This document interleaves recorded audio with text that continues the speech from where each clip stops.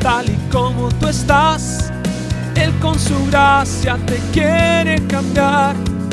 En su amor encontrarás sanidad. Dale a Cristo, tu vida la quiere cambiar. Lirio de los valles, un refugio para tu corazón. Lirio de los valles, un refugio para la familia.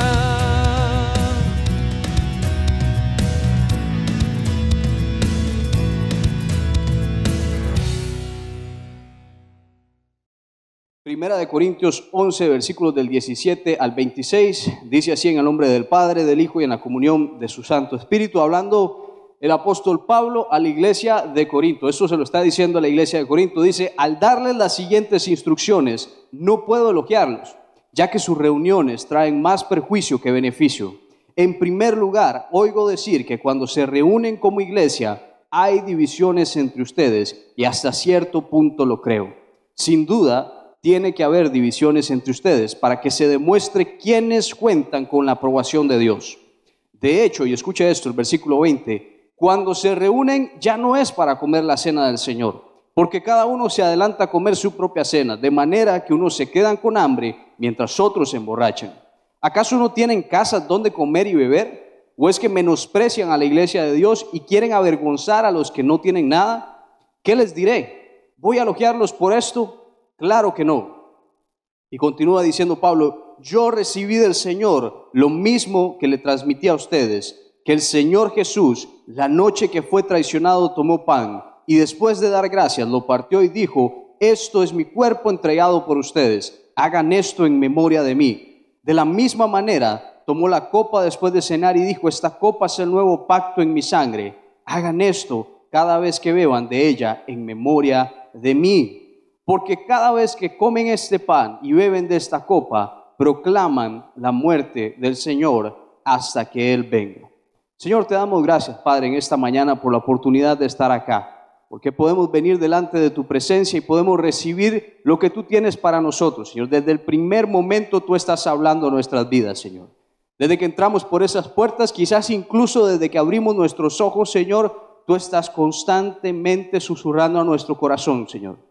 En esta mañana queremos pedirte, Padre, que tú hables a nuestros corazones. De nuestra parte queremos disponernos, tener un corazón, una mente y un espíritu abierto, apercibido a lo que tú tienes para nosotros, Señor, en esta mañana. Bendice a mis hermanos y hermanas que están en esta mañana con nosotros acá, quienes nos ven a través de las redes sociales. Señor, te damos gracias por esta familia Lirio de los Valles. Permítenos, Señor, entender, comprender, Señor, lo que significa esta ordenanza tuya, Señor, lo que significa la cena del Señor, lo que significa este momento, Señor, lo crucial que fue en la historia, en tu historia y en nuestra historia, Señor. Que el día de hoy podamos salir de acá apercibidos, Señor, de este gran evento que tú nos pediste recordar, conmemorar en memoria de ti, Señor. Hoy te damos gracias como iglesia, ponemos todo en tus manos y te damos a ti toda gloria y toda honra. En tu santo nombre, amén y amén. Amén. Gloria al Señor. Hay algo que pasa muy curioso con las fotografías físicas, sobre todo. Si usted quizás es de unas generaciones un poquito más para atrás, para decirlo de una forma bonita, de los 25, 30 en adelante, muy posiblemente usted en su casa tiene un álbum con fotografías físicas. Ya después de ahí, ya ahora ya no se usa, ya ahora todo se utiliza en su teléfono, ya usted lo tiene en la nube, ya lo tiene en la computadora, en un disco duro, todo está guardado ahí. Incluso los de generaciones un poquito más para atrás se van modernizando y van guardando todo ahí. Pero si usted tiene en su casa un álbum con fotografías físicas, hay algo que pasa muy curioso con esas fotos. No importa qué tan dañada esté la foto, qué tan desgastada esté, hay unas que se les va el color, hay unas que ya ni se diferencia, que usted ve que su mamá le dice: vea, ese es usted, y usted lo que ve es un punto negro, hay una cosa rarísima, ese es usted, vea qué lindo, mi amor. Vea allá donde sale usted, y usted subió un palo de mangos allá y usted ni se ve, pero usted tiene esas fotos. Hay algo muy curioso, y es que no importa si ya los colores se desvanecieron, si están dobladas, si están rotas, si están recortadas, si su hijo lo agarró y le dibujó una carita, le dibujó un bigote, lo que sea, pero algo muy curioso pasa, y es que esas fotografías, cuando usted y yo las miramos, nos transportan, ¿cierto? Cuando usted ve una foto viejita, usted se transporta inmediatamente, de una vez se acuerda de lo que pasó en ese momento. Usted ve una foto y dice, uy, eso era cuando mi hijo tenía 1 año, eso fue la fiesta de 1 año, eso fue el día del matrimonio de nosotros, eso fue una graduación, eso fue ahí en la sala de la casa, en la casa que vivíamos antes. Las fotos nos transportan, nos llevan inmediatamente a ese momento. Y eso es algo que pasa muy curioso. A veces usted sostiene una foto de esas en sus manos y una de dos, o sonríe de la alegría o también llora, también de alegría o por tristeza. Puede ser viendo una foto de una persona que ya no está, viendo una fotografía de algo que le trajo recuerdos, muchas cosas. Pero usted sonríe, usted llora, y esas fotografías tienen ese poder, porque usted no está viendo solo una imagen, usted está reviviendo un momento, usted está reviviendo una historia. Una vez escuché decir a una mujer mayor, mientras mostraba una fotografía de su esposo fallecido, decía, cada vez que miro esta foto, recuerdo cuánto me amó, hablando de su esposo, y que su amor sigue siendo parte de quien soy, decía esta mujer. Cada vez que veía esa foto, ella decía, cada vez que veo esta foto, la miro, recuerdo cuánto me amó, quizás pasaron por su mente muchos episodios juntos, y dice, y recuerdo que su amor sigue siendo parte de quien soy. Ese es el poder que tiene una fotografía muchas veces. Por eso nos preocupamos constantemente en tomar fotos, por tener recuerdos, por tener ese tipo de cosas que años después nos regresan, nos devuelven. A propósito de la cena del Señor que vamos a estar celebrando el día de hoy, hasta cierto punto la cena es eso, es una fotografía viva del amor de Dios. Es una fotografía viva del amor de Dios, un recuerdo que no se guarda en un álbum. Es una imagen que no está hecha para guardarse en un álbum, sino en el corazón. Está hecha para guardarse en el corazón. Un acto que no se repite, y ese es el enfoque del día de hoy. Es un acto que no se repite por costumbre. Lo que vamos a celebrar el día de hoy, lo que vamos a conmemorar el día de hoy, no es un acto que se hace por simple costumbre, sino para volver a mirar a Jesús en la cruz, a ese Salvador que vino, que se hizo hombre, que sufrió por usted y por mí, y que un día en una mesa junto a sus discípulos les dijo, coman este pan, beban de esta copa y anuncien mi muerte. No es algo que hacemos por simple costumbre. Jesús nunca le pidió a sus discípulos recordar su cumpleaños, recordar el inicio de su ministerio, recordar alguno de sus milagros. Y no está mal que usted lo haga, no está mal que usted recuerde, que traiga a la memoria muchos de esos episodios. Pero Él sí nos pidió a todos, a sus discípulos en ese momento, pero a todos sus hijos, recordar algo. Se nos instruyó que recordáramos su muerte, su sepultura y su resurrección. Y le dio a la iglesia 2 símbolos visibles. Le dio a la iglesia 2 símbolos visibles que son llamados ordenanzas. Y esos 2 símbolos son el bautismo en agua y la cena del Señor. Ambos son llamados ordenanzas. ¿Por qué? Porque fueron directamente ordenados por nuestro Señor. Lo que usted leyó ahorita en el capítulo 11 de Primera de Corintios es a Pablo corrigiendo a los cristianos de Corinto. Usted vio a Pablo corrigiendo a los cristianos de Corinto debido a la forma en la que habían estado celebrando la cena del Señor. Según los informes, porque a Pablo le llegaban informes de lo que hacían las iglesias, a Pablo le llegaba el pajarito, el mismo pajarito que llega y le cuenta a las mamás las cosas. Ese mismo pajarito seguramente era el que llegaba y le decía a Pablo y le contaba las cosas. Y le decía dentro del informe que había recibido que esta iglesia estaba celebrando la cena del Señor de tal manera que ya no podía llamarse cena del Señor. De hecho, usted lo leyó en el versículo 20. Dice, ya lo que ustedes celebran cuando se reúnen ya no es para comer la cena del Señor, dice textualmente. Más bien, dice que había escuchado que había mucha desigualdad, una desigualdad muy marcada. Mientras unos quedaban con hambre, mientras unos quedaban hambrientos en ese momento, otros más bien se emborrachaban, incluso durante la cena del Señor. Pablo parece pensar que estos creyentes no entendieron bien el concepto básico de la comunión. aunque Él ya se los había enseñado cuando estuvo con ellos. Pablo está señalando, y escucha esto, que la iglesia de Corinto había convertido la cena del Señor en un acto egoísta, desordenado y carente de discernimiento espiritual. Lo que Pablo le está diciendo a la iglesia de Corinto en esta reprensión es: ustedes han convertido la cena en algo egoísta, en algo desordenado y en algo carente de discernimiento espiritual. Habían tomado la cena del Señor, lo que Él había instituido, y lo habían deformado, lo habían cambiado, lo habían hecho totalmente diferente. El pastor Arturo decía hace algunas semanas que como seres humanos, parte de nuestra naturaleza muchas veces es paganizar muchas cosas.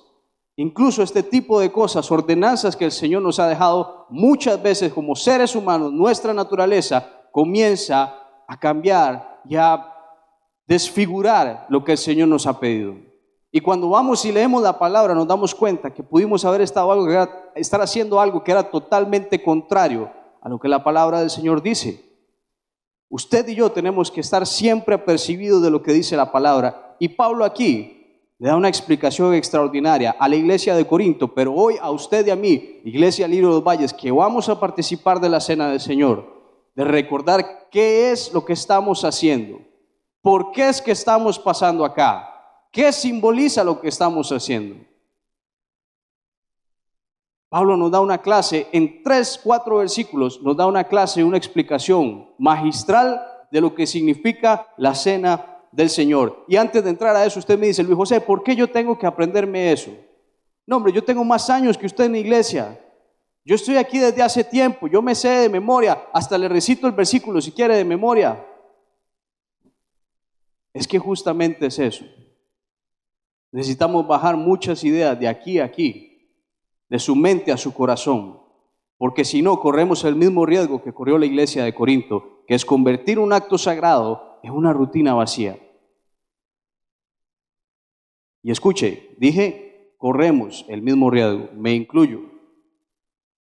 Yo de acá no estoy, y esto es algo totalmente personal, y se lo decía anoche a la congregación, esto es algo por lo que todos tenemos que filtrarnos. Primeramente quien les habla, que cuando estaba estudiando el tema tuvo que filtrarse, y ayer lo compartía con doña Cecilia al final del culto, y ella me decía: ¿cuántas veces uno ha celebrado esto? Iba a hacer el cálculo de cuántas cenas, en mi caso, más o menos, ¿verdad? Porque no puedo sacar el cálculo exacto, pero cuántas cenas del Señor hemos celebrado en esta casa, en cultos normales, cuando el 31 de diciembre, actividades de la iglesia. Hace poco la tuvimos en el grupo de jóvenes, por ahí estuvieron Chico y Kate que nos ayudaron. ¿Cuántas veces usted y yo hemos celebrado esta cena? Y esto es algo para que usted y yo nos filtremos, cada uno, y ahorita lo vamos a ver, porque la Biblia es así de puntual, dice: cada uno fíltrese, a sí mismo. Yo no sabía, como dice el pastor Arturo, que usted iba a venir. Si algo de lo que llego a decir llega a incomodarle, y siempre lo vamos a decir con muchísimo respeto y con mucha vehemencia, pero si algo de lo que llego a decir llega a incomodarle, hermano, hermana, créame que yo no sabía que usted iba a estar acá. Así que es importante que entendamos el significado por eso mismo, porque esta iglesia, a Pablo no les escribe con enojo. Si usted ve, el tono de Pablo es un tono de un corazón pastoral, de una persona, porque les dice y les vuelve a explicar: porque yo recibí del Señor lo que también os he enseñado. O sea, como diciéndoles: ya se los enseñé, pero vamos de nuevo. No hay ningún problema. Le jala las orejas, le jala un poquito el aire, pero les dice: yo recibí del Señor, y comienza otra vez a detallarles puntualmente, porque esta iglesia le recuerda que ya se los había enseñado, no porque no lo hubieran oído, sino porque lo habían olvidado en el corazón. Y por eso les digo, muchas veces como cristianos somos, de nuevo me incluyo, para no salirme del saco, podemos llegar a ser muy orgullosos y decir: ya ese tema yo me lo sé, ya eso yo no necesito escucharlo. ¿Está seguro? ¿Está segura? Todos necesitamos constantemente estar escuchando esto. Necesitamos que esa verdad esté aquí, no aquí. Usted me puede recitar la palabra, usted me puede hablar teológicamente todos los conocimientos, que si usted no pasa esa cena con un corazón agradecido, con un corazón humillado, reflexionando y conmemorando, y simplemente lo hace por mera costumbre, estamos mal. Ellos seguían participando de la cena del Señor, hablando de la iglesia de Corinto, pero sin discernirla. Y usted y yo podríamos llegar a participar de esta cena como parte de un programa, como un punto más en el orden del servicio. Tomamos el pan y el jugo, pero nuestra mente está en otro lugar. Repetimos los gestos, pero el corazón no se conmueve, y sin darnos cuenta hacemos memoria sin recordar. Pasamos, tomamos el pan, tomamos el vino, cantamos un par de canciones y nos vamos. E incluso nuestra mente en el momento en que estamos acá podría no estar en lo que realmente tiene que estar. Estamos pensando en un partido, estamos pensando en la comida, estamos pensando en una salida, estamos pensando en muchas cosas. Y tenemos que aprender que esto es un momento sagrado, es un momento que el Señor instituyó para cada uno de nosotros. ¿Qué nos enseña Pablo en esos 4 versículos que leímos al inicio? Leímos más, pero los 4 últimos. Lo primero que nos enseña es que la cena del Señor es un hecho histórico. Dice, yo recibí del Señor lo mismo que le transmití a ustedes, que el Señor Jesús, la noche que fue traicionado, tomó pan. La noche que fue traicionado. Ahí no dice una noche cualquiera, en algún momento de la historia. Ahí una noche, no me acuerdo, no me pregunten, porque para la fecha soy malísimo. No, Pablo se aseguró de poner la noche que fue entregado. Y lea Mateo 26, Marcos 14, Lucas 22 y Juan 13. Los 4 evangelios hablan puntualmente de la cena del Señor, y todos comienzan diciendo el primer día de la fiesta de los panes sin levadura, refiriéndose a la Pascua. Los 4 evangelios son exactos en decir esto se celebró ese día puntualmente. Si usted está anotando, se lo digo de nuevo para que llegue a revisar a su casa. Mateo 26, Marcos 14, Lucas 22 y Juan 13. Pablo lo presenta como una tradición directamente revelada por Cristo mismo. Lo que Pablo les está diciendo cuando les dice la noche en que Jesús fue traicionado, él les está diciendo, esto no es una metáfora, esto ocurrió en una mesa, en una ciudad, con personas reales y bajo una amenaza real. No es una fábula, no es una historieta, no es algo, una leyenda, algo que no se sabe si pasó o no pasó. No, Pablo les está diciendo la noche que Jesús fue entregado, él tomó pan, él tomó vino y tuvo la cena con sus discípulos. Los 4 evangelios lo mencionan, y aunque cada uno de ellos aporta distintos detalles, todos coinciden en los mismos elementos esenciales. Jesús partió el pan, Jesús tomó la copa, Jesús habló de su cuerpo y su sangre, y Jesús lo hizo como un acto de entrega. Este tipo de acuerdo, el hecho de que 4 evangelios escritos por 4 hombres diferentes, de tan diversas y tan antiguas fuentes cercanas al evento, fuera tan concordante uno con el otro, es muy fuerte desde el punto de vista histórico. Incluso los estudiosos no creyentes reconocen que la última cena es uno de los eventos más históricamente confiables de la vida de Jesús, dentro de muchísimos otros. Participar de la cena del Señor, y escuche esto, y si quiere lo anota, participar de la cena es recordar que nuestra fe tiene raíces en la historia y no en el mito. Se lo repito, participar de lo que vamos a hacer hoy tiene raíces en la historia, no en el mito. No es una leyenda, no es una metáfora, no es una historieta y no es una fábula. Esto pasó, esto sucedió. Amén. Están muy serios. Perdón. Lo segundo, nos enseña que la cena del Señor es un recordatorio. La cena del Señor es un recordatorio. Y después de dar gracias, lo partió y dijo, este es mi cuerpo entregado por ustedes. Hagan esto, ¿qué dice? En memoria de mí. Hagan esto en memoria de mí. Eso nos demuestra que en Jesús existía una intención de que esto fuera un recuerdo intencional, un recuerdo profundo y un recuerdo reverente.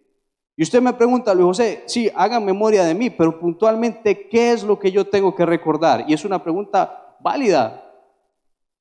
Y para eso estamos acá. Juntos aprendemos, juntos crecemos y entendemos qué es lo que dice la palabra. ¿Qué tengo que recordar? Bueno, su cuerpo entregado, el cuerpo de Jesús entregado por usted y por mí. Empecemos por ahí.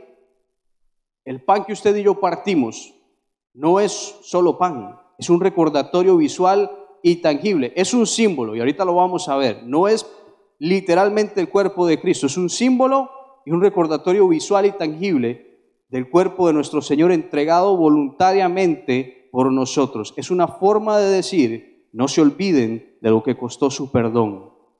No se olviden de lo que costó su perdón. Cada vez que usted pasa acá al frente, cada vez que yo paso ahí al frente y tomamos un trozo de pan y lo estamos partiendo, el Señor nos dice, no se olvide de lo que costó su perdón. No se olvide, chico, Katia, lo que costó su perdón. No se olvide, Neri, lo que costó su perdón. No se olvide, Rita, lo que costó. No se olvide, Cuco, Caliche, Luis José, no se olvide lo que costó su perdón. Cuando partimos el pan, eso es lo que el Señor nos está diciendo. ¿Qué fue lo que costó? Bueno, Isaías 53:5 dice, pero Él, hablando de Jesús, fue herido por nuestras rebeliones, fue golpeado por nuestras maldades, sufrió en nuestro lugar y gracias a sus heridas recibimos la paz y fuimos sanados. Él fue herido, Él fue golpeado, Él sufrió, sus heridas se abrieron por usted y por mí, para que usted y yo recibiéramos paz y fuéramos sanados. Eso es lo que tenemos que recordar. Eso es lo que el Señor se refiere cuando dice, hagan esto en memoria de mí, en memoria de lo que yo voy a hacer por ustedes. Yo imagino que en el momento de la cena quizás todavía era un poco confuso, porque fue el día antes de la crucifixión, cuando sus discípulos vieron aquel espectáculo tan atroz, Jesús colgado en una cruz, totalmente desfigurado. Quizás entendieron las palabras del Señor cuando decía, hagan esto en memoria de mí. Cuando el Señor les decía, esto es mi cuerpo que por vosotros es entregado. Muchos de ellos volvieron a ver quizás y entendieron en ese momento.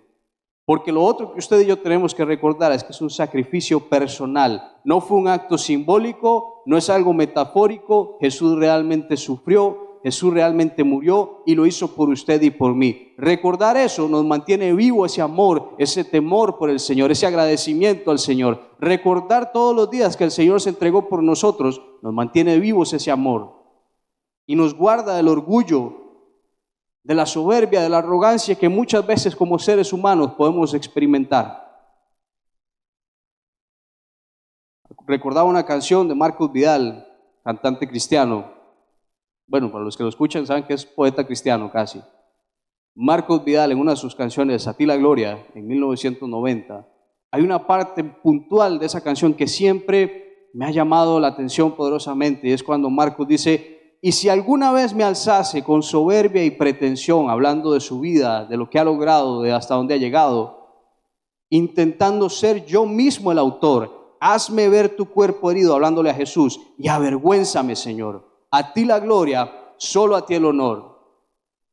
Y si alguna vez me alzase con soberbia y pretensión, intentando ser yo mismo el autor, hazme ver tu cuerpo herido y avergüénzame, Señor. A ti la gloria y solo a ti el honor. ¿Cuántas veces necesitamos recordar que no es por nuestros méritos que estamos acá? Que no es por usted y por mí, que no es porque somos muy cargas que estamos acá. Y lo digo con mucho respeto, mi hermano, mi hermana. Sé que usted ha sacrificado muchas cosas, sé que usted ha trabajado, sé que usted se ha esforzado y lo ha hecho muy bien. Pero todas esas fuerzas, toda esa sabiduría que usted y yo tenemos proviene del Señor. Siempre vamos a llegar al mismo punto. Todo viene de Cristo. Amén. ¿Y por qué necesitamos recordar? Porque como seres humanos olvidamos muy fácilmente. Se nos olvida todo. Olvidamos quién es Jesús, olvidamos lo que Él ha hecho, olvidamos lo que Él ha prometido, olvidamos que fuimos comprados a precio de sangre. Por eso Jesús nos dejó este recordatorio constante. La cena no solo apunta al pasado, es una disciplina espiritual que nos centra en el hoy. en un mundo que a usted y a mí nos hace olvidar, que nos quiere llenar de muchas opciones, de muchas cosas a la cabeza, de muchas otras ideas. En un mundo así, Jesús nos dio una cena como una pausa sagrada. Cada vez que participamos, le decimos a nuestra alma, no te olvides, no te olvides. No te olvides de lo que hizo el Señor, no te olvides del precio que Él pagó, no te olvides de cuán valioso eres delante de sus ojos. La cena del Señor puede ser eso que usted necesitaba después de que muchas veces quizá en su familia, sus amigos, compañeros de trabajo lo han hecho sentir o la han hecho sentir como alguien que no vale nada. El Señor en su cena nos dice, recuerde cuánto pagué yo por usted. Recuerde cuál es su precio, cuál es su valor delante de mí. Usted fue comprado a precio de sangre, yo fui comprado a precio de sangre. No importa lo que diga el mundo, no importa lo que digan las personas, su valor es este. Hagan esto en memoria de mí. Nos enseña que es un acto histórico, nos enseña también que es un recordatorio. Y lo tercero que nos enseña es que la cena del Señor es un símbolo. Un símbolo no es el objeto en sí, por eso es un símbolo, porque simboliza aquello que representa. Como cristianos evangélicos, creemos que la copa y el pan son símbolos. Y esto es importante y el pastor lo ha explicado muchísimas veces, no voy a detenerme mucho en esto. No creemos que los elementos se transformen literalmente en el cuerpo y la sangre de Cristo, como lo sostienen quizás algunas otras doctrinas. No creemos que el pan y el vino se transforman místicamente en el cuerpo de Cristo, literalmente, y en la sangre de Cristo, lo que se conoce como la transubstanciación. Para nosotros, el poder de la cena no está en esa transformación mística del pan y del vino, sino en lo que representa el pan y el vino, o el jugo de uva en nuestro caso. ¿Qué representa? El sacrificio de Cristo recordado con fe, con gratitud y con reverencia. Lo que usted y yo tenemos en nuestras manos cuando pasamos acá adelante representa, es un símbolo, no es literalmente, sino que representa el sacrificio de Cristo recordado con fe, con gratitud y reverencia. ¿Qué simboliza esa copa? Cuando el Señor dice, esta copa es el nuevo pacto en mi sangre, el cumplimiento de la promesa de Dios. Un Dios que prometió que haría un nuevo pacto para usted y para mí. Desde el Antiguo Testamento, Jeremías 31, usted puede leer esto. Uno que no estaría basado en la ley escrita en piedra, sino en una transformación interior del corazón. Un pacto sellado con sangre. Todo pacto antiguo era ratificado con sangre en tiempos bíblicos. Cada vez que se hacía un pacto, fuera el que fuera, siempre se ratificaba con sangre de un animal, de una paloma, de lo que sea, en esos tiempos. Pero este sacrificio, este pacto, fue sellado con la sangre del mismo Hijo de Dios. Y Hebreos 9:12 lo dice, Cristo no entró a este santuario para ofrecer a Dios la sangre de animales, sino para ofrecer su propia sangre. Entró una sola vez y para siempre. De ese modo, de una vez por todas, nos libró del pecado, sino para ofrecer su propia sangre. Y esa copa simboliza el acceso y la reconciliación. Representa que ahora por medio de la sangre de Cristo tenemos acceso libre y directo al Padre. Ya no somos enemigos, sino somos hijos reconciliados. Ya podemos acercarnos confiadamente, como dice su palabra. Ya no somos enemigos, somos hijos reconciliados. Eso es lo que simboliza esa copa. Ese nuevo pacto en la sangre del Señor. Y lo cuarto que nos enseña Pablo es que la cena del Señor es una proclamación de fe. Y esta es la parte que personalmente me llena muchísimo de esperanza, porque cada vez que comen este pan y beben de esta copa, proclaman la muerte del Señor hasta que Él venga. En silencio, ahí donde usted y yo estamos cuando tomamos la Santa Cena o la Cena del Señor, hablamos de un amor que se entregó, de una cruz que fue levantada, de una sangre que fue derramada, pero también apuntamos hacia el futuro y decimos, Cristo viene otra vez. Amén. Voy de nuevo. Apuntamos hacia el futuro y decimos, Cristo viene otra vez. Amén. La cena es una declaración, es una proclamación de que el Señor va a regresar por su iglesia. La cena es un ancla en dos momentos eternos, la cruz y el regreso glorioso de Cristo. En ella se mezcla tanto el dolor de su muerte y el gozo de su promesa. Es como si cada vez que tomamos el pan y el vino, estuviéramos diciendo al mundo y a nuestro corazón: aún creo en su sacrificio, aún dependo de su gracia, aún lo estoy esperando. Eso es lo que decimos cuando tomamos la cena del Señor. Aún creo en su sacrificio, aún dependo de su gracia y aún lo estoy esperando. Eso es lo que convierte en una proclamación viva, no en una rutina vacía, no en algo automático que venimos y hacemos porque es el primer fin de semana del mes simplemente.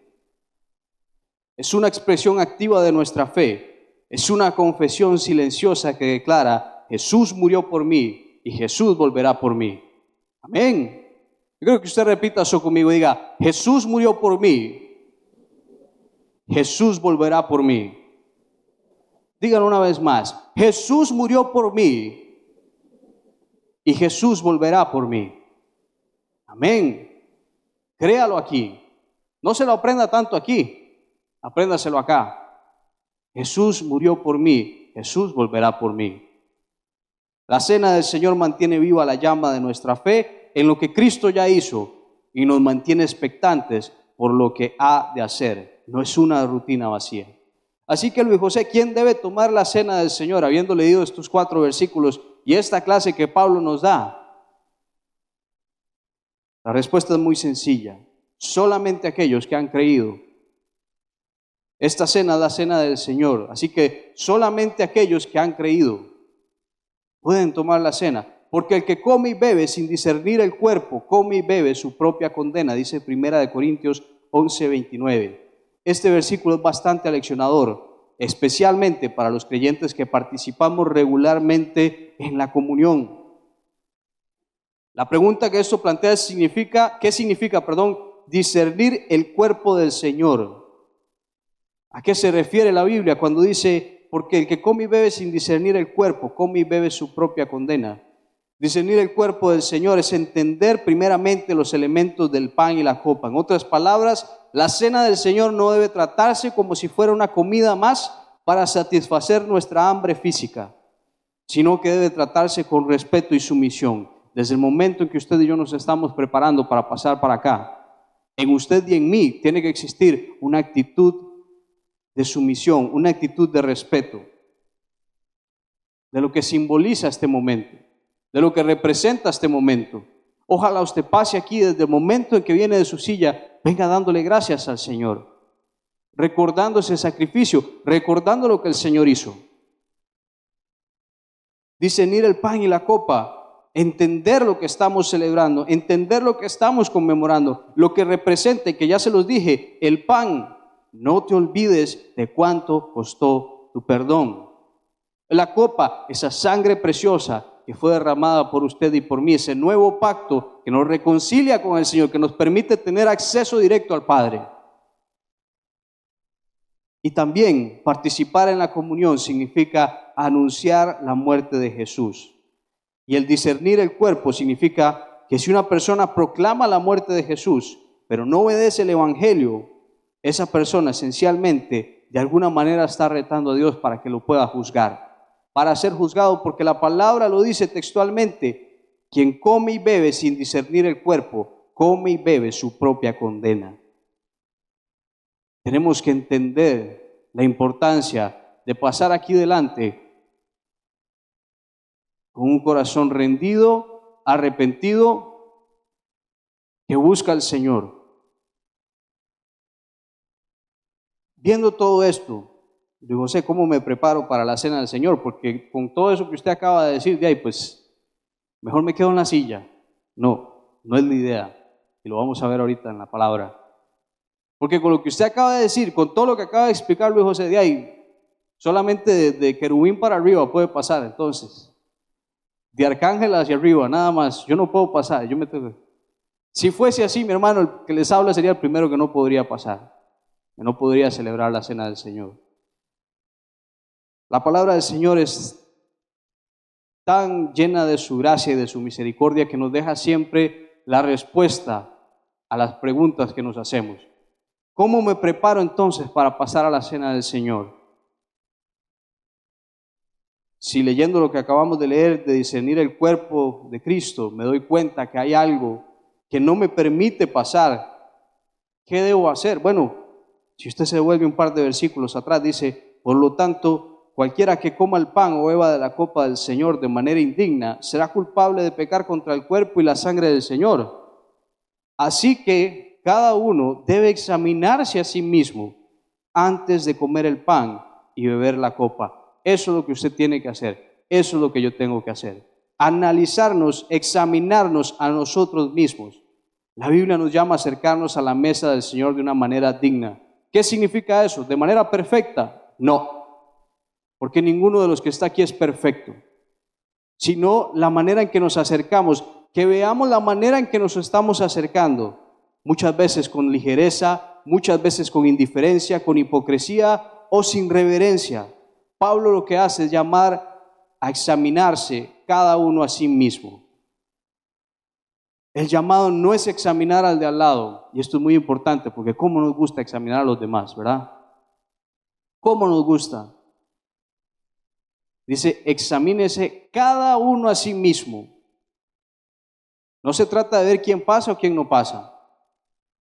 Yo les decía ayer en el culto que ojalá pudiésemos pasar con los ojos cerrados. No lo haga, no lo intente, por favor, menos hoy. Pero ojalá pudiéramos pasar con los ojos cerrados, para no prestar atención a quién pasó o no pasó, porque esto es algo suyo y algo mío, es algo personal.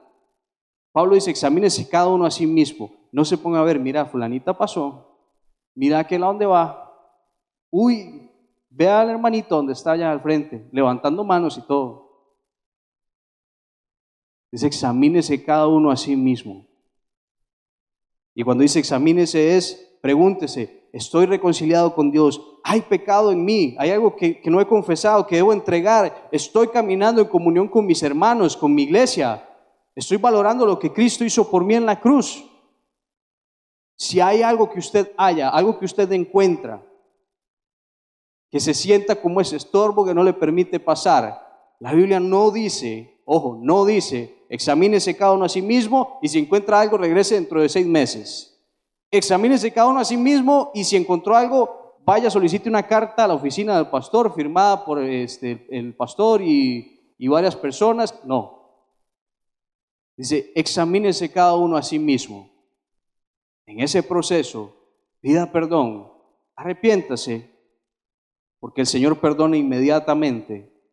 Y así mismo, de una vez, dice, seguidito, para que no haya malinterpretación de nada, dice, y así mismo coma el pan y beba el vino. El Señor no quiere que ninguno de sus hijos se pierda de este momento. Amén. El llamado a examinarnos es para arrepentirnos en ese momento. Yo no quiero, hermano o hermana, que en esta mañana, si usted en su corazón haya algo, encuentra algo, posiblemente podría ser así, que usted se quede en su asiento, que no se sienta en la comodidad de hacerlo, de pasar adelante. Esta es la cena del Señor. A quienes nos visitan por primera vez en esta mañana, es la cena del Señor. Están invitados también, pueden participar de este momento.